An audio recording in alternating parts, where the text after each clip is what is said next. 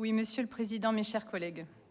Vous nous demandez d'approuver aujourd'hui la cartographie des bassins de mobilité comme l'exige la loi dite LOM, loi d'orientation des mobilités, dont l'objectif est simple. Des transports du quotidien à la fois plus faciles, moins coûteux et plus propres. L'idée pourrait paraître séduisante, lue comme ça sur le papier, mais dont la transcription dans votre document ne colle pas vraiment à l'esprit de la loi. En effet, pour le découpage des territoires, vous dites vous êtes appuyé sur les autorités organisatrices de la mobilité, les 32 EPCI, les 6 départements et les régions limitrophes, lorsque les flux interrégionaux le justifiaient. Nous avons au final une carte assez floue, composée de 12 bassins de mobilité et sur laquelle n'apparaissent que quelques grandes villes, rendant le document tout ce qu'il y a de plus illisible. Vous dites vouloir respecter les contours de la loi qui impose, je cite, « Les bassins de mobilité doivent prendre en compte les flux de déplacement quotidiens, études et travail et occasionnels des habitants, proposer des solutions de mobilité mieux adaptées visant à réduire les inégalités, y compris les territoires peu denses, avec une approche multimodale des besoins de mobilité pour mieux répondre aux besoins des citoyens, des territoires et des entreprises, tout en proposant des solutions alternatives à l'usage individuel de l'automobile. » Or, à se pencher d'un peu plus près sur votre cartographie à l'aide d'une loupe, il est surprenant de constater que c'est tout le contraire qui est en train de s'opérer. Prenons par exemple la ville de Château-Renard, au nord des Bouches-du-Rhône, qui est à moins de 15 km de la gare TGV d'Avignon, et que vous allez tourner vers Arles, à plus de 35 km, et la Camargue, un non-sens.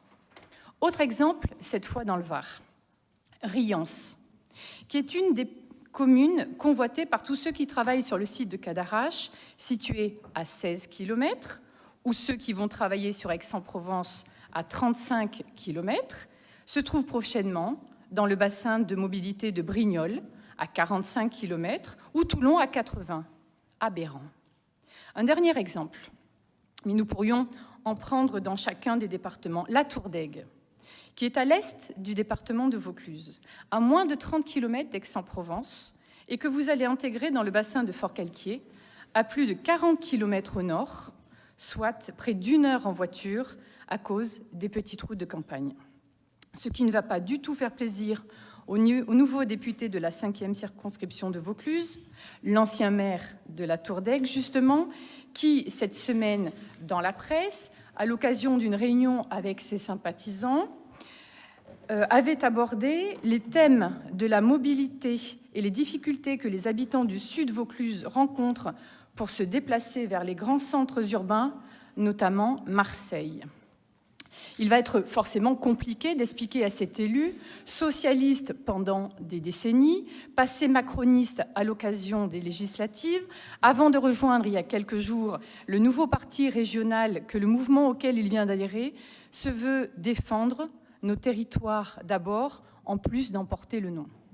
Pour résumer, avec ces saucissonnages qui n'ont ni queue ni tête, de 6 départements, vous aboutissez à 12 bassins de mobilité qui n'ont aucune cohérence ni articulation entre les bassins de vie et les bassins d'emploi.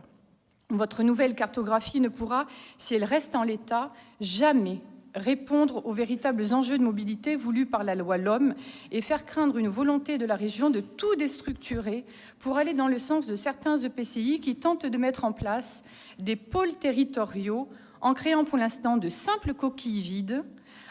à qui on transférera bientôt quelques compétences pour leur donner un peu de raison d'exister, devenant ainsi des satellites de la grande mégapole gérée depuis Marseille. Aussi, parce qu'il ne va pas dans le sens de ce que préconise la loi, à savoir réduire les inégalités territoriales, renforcer les offres de déplacement du quotidien et accélérer la transition écologique, sur ce rapport tel qu'il est présenté, notre groupe votera contre. Je vous remercie.